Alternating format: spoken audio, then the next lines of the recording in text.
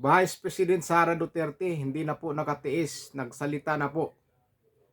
Nagpapahayag po o pinapahayag po ni Vice President Sara Duterte kung ano yung impeachment complaint na inahain laban sa kanya, na walang katapusang impeachment, walang katapusang piatos na binupukol sa kanya.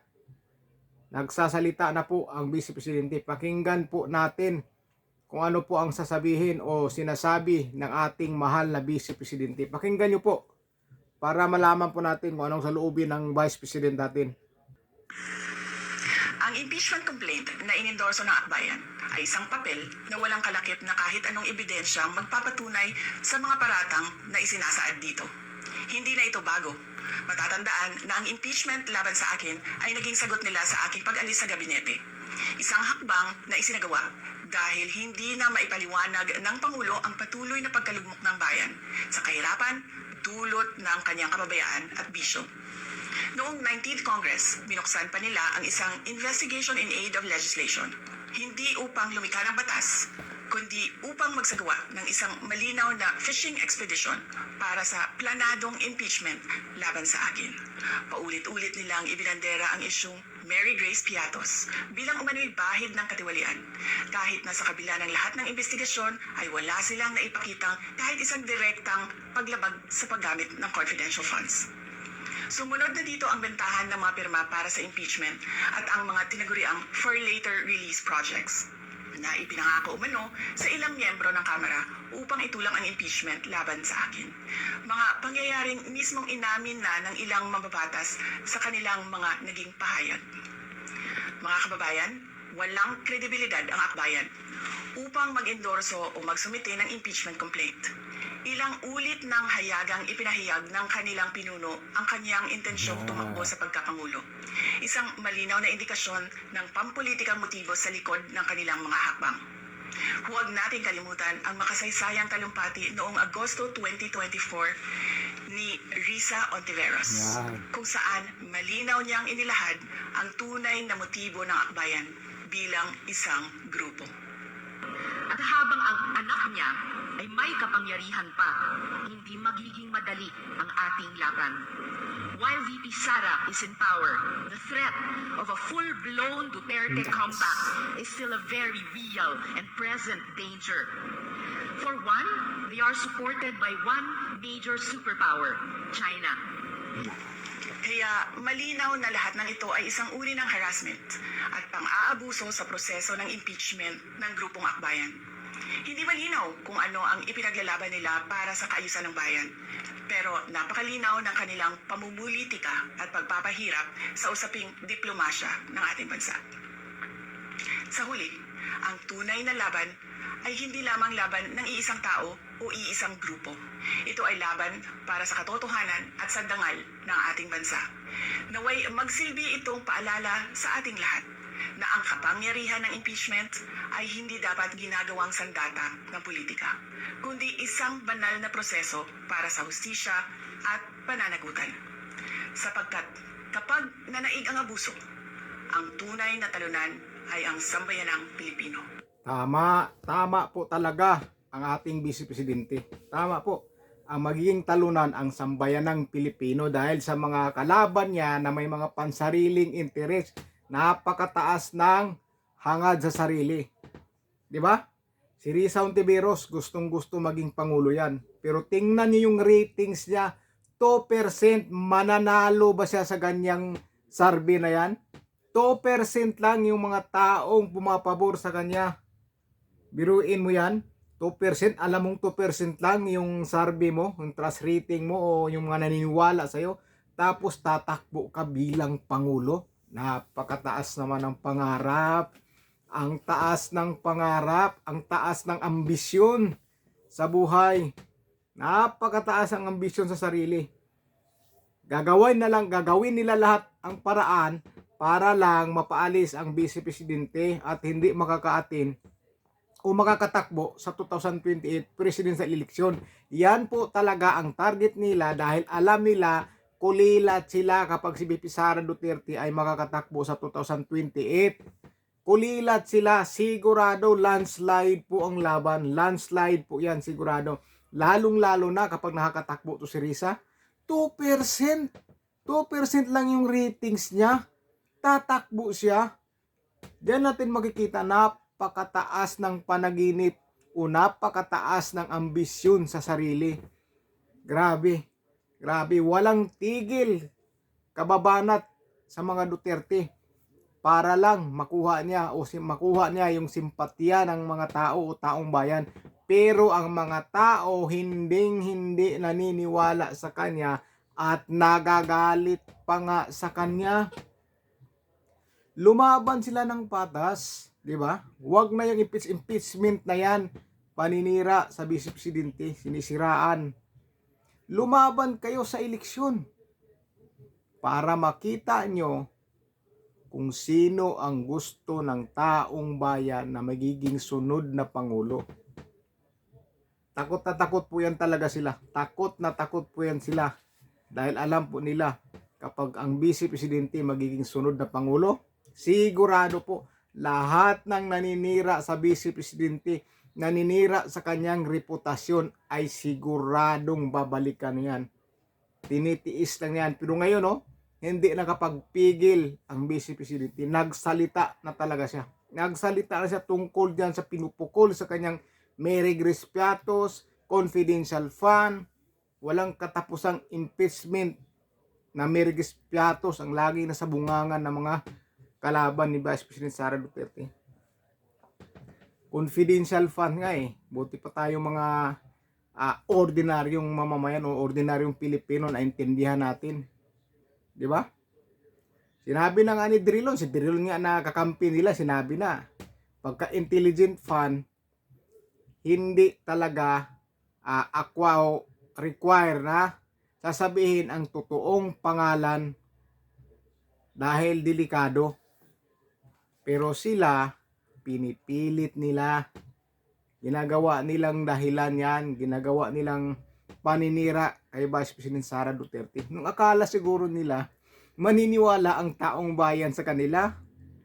Ang problema, nagagalit ang taong bayan sa kanila sa ginagawa nilang paninira sa ating Vice Presidente dahil ang taong bayan ay mahal na mahal ang Vice Presidente dahil naniniwala po ang taong bayan na ang Vice Presidente magiging sunod na Pangulo at maaayos ang bansa natin. Kaya yung mga gumagawa ng kabulastugan, yan sila takot na maging Pangulo si Vice President Sara Duterte dahil matatanggalan po talaga sila ng pangil at sungay nila at buntot nila. Yan yung mga ginagawa nila ngayon na hindi maganda, mapuputol yan. O kaya naman mananagot ang mga yan kapag si Vice Presidente Sara Duterte ang maging sunod na Pangulo. Yan talaga ang kinakatakutan nila. Hindi na sila makagawa ng kabulastugan sa kanilang mga pwesto o sa kanilang mga posisyon sa gobyerno. Yan sila mga bumabanat. Saka yung sila grupo ni Risa na napakataas ng pangarap sa buhay, napakataas ng ambisyon. Naku po, patakbuhin yan, dapat tumakbuhin ng patas. Huwag na yung ulit-ulit na nakakasawang impeachment. Lagi na lang po Mary Grace Piatos yung sinasabi nila. Mary Grace, 125 million, confidential fund. Ano pa ba yung sa VP Sara Duterte na 600 million daw. May ano na nga sa kuway na nasa maayos na paggasta yung budget nila. Yung kuwa na mismo nagsasabi na nasa tama ang paggasta ng pira na hawak ng Vice Presidente. Pero sila tuloy-tuloy pa rin ang batikos nila kay Vice President Sara Duterte. Para yan, mauto nila ang taong bayan. Para yan, paniwala nila ang taong bayan. Ang problema nga nila, yan ang pinakamalaking problema nila. Kahit anong paninira nila kay Vice President Sara Duterte, hindi sila paniwalaan at lalo pang nagagalit ang taong bayan sa kanila. O di ba? Sinong sumasagot yan sa mga social media pag binabanatan nila si Vice President Sara Duterte? Ang taong bayan. Pinagtawanan lang sila ng taong bayan. Dahil yan, alam ng taong bayan na hindi tama ang kanilang mga ginagawa. Paninira ang lahat dahil sila ay may ambisyon, may sariling interes, mataas ang kanilang mga ambisyon. Kaya ngayon, hindi nakatiis po ang ating Vice Presidente. Naglabas po siya ng pahayag na yung final sa kanya na impeachment complaint ng akbayan ay walang kredibilidad. Ano bang tawag nun? Wala. Hindi po nakatiis ang Vice Presidente. Grabe po kasi yung paninira na reputasyon sa kanya. Paninira po talaga yan dahil halimbawa wala kang ginagawang kasalanan. Matino kang nagsiservisyo tapos gagawang ka ng kasalanan na pagbibintangan ka na nagnakaw, nangurap sa pira ng bayan, pero hindi naman. Yan ang pinakamasakit. Kahit kayo po, kung kayo pagbibintangan na hindi naman ginawa, napakasakit po para sa inyo yan. Pero ang Vice Presidente natin, nananahimik nga lang yan eh. Nananahimik, tuloy-tuloy ang trabaho. Pero yung mga kalaban, walang tigil na sa social media nakaharap. Social media talaga palagi, pero ang sumasagot sa kanila, taong bayan. Kaya dyan sila nahihirapan at sumasakit ang ulo nila at hindi sila nakatulog ng maayos dahil mismo ang taong bayan ang pumuprotekta sa ating Vice Presidente. Dahil alam ng taong bayan na matino ang ating Vice Presidente. Maayos magtrabaho. Maayos ang serbisyo para sa bayan. Lalong-lalo na pag nagiging pangulo yan o nagiging sunod na pangulo si Vice President Sara Duterte. Sigurado yan, lahat yung mga naninira sa kanya, sigurado po, marami po talaga din mag-alsa balutan. Marami po talaga din magtatago. Sigurado yan. Yan ang kinakatakutan talaga nila. Pero ngayon, hindi sila makakatulog ng maayos, kaiisip, kapaplano, kami meeting siguro kung sino-sino para nang makagawa ng paraan kung paano nila mapabagsak ang Vice Presidente. Pero hindi mangyayari yan. Hindi mangyayari. Hindi papayag ang sambayanang Pilipino na isang leader o isang Vice Presidente na nagtatrabaho ng maayos ay masisira lang sa ganon-ganon ng mga ilang tao na may pansariling interes, napakataas ng hangad sa sarili nila. Gusto maging pangulo, 2% lang ang ratings, 2% tapos gusto maging pangulo. Maninira na lang sila para sila ay papaniwalaan ng taong bayan. Isiraan nila si Vice President Sara Duterte. Lahat ng paninira nila, grabe ginagawa nila. Lahat po. Lahat ng mga Duterte, babanatan nila. Pero ang taong bayan, gising sa katotohanan. Wala na pong maniniwala sa mga naninira kay Vice President Sara Duterte. Wala na po talaga. Solid na po ang suporta ng taong bayan sa ating Vice Presidente. Solid na po dahil mahal ng taong bayan si Vice President Sara Duterte. Dahil sigurado kapag si Vice Presidente Sara Duterte ay magiging pangulo, sigurado po maging maayos po ang bansa natin. Maging maayos po ang bansa natin. Sigurado po ako dyan. Sigurado po ako dyan na si VP Sara Duterte ay isang matinong leader. Yan po talaga. 1,000% naniniwala po ako talaga na maayos ang bansa natin kapag si Vice President Sara Duterte magiging sunod na pangulo. Pero yung mga naninira sa kanya, hayaan nyo sila. Dahil hindi yan sila magtatagumpay sa kanilang mga pansariling interes, lalong-lalo na yung napakataas ng hangad sa sarili. Napakataas. Kahit ayaw ng mga tao sa kanila, pinipilit nila ang kanilang mga sarili. Maninira na lang ng kapwa, hindi lumalaban ng patas. Dapat lumaban sila ng patas. Lumaban sila sa eleksyon.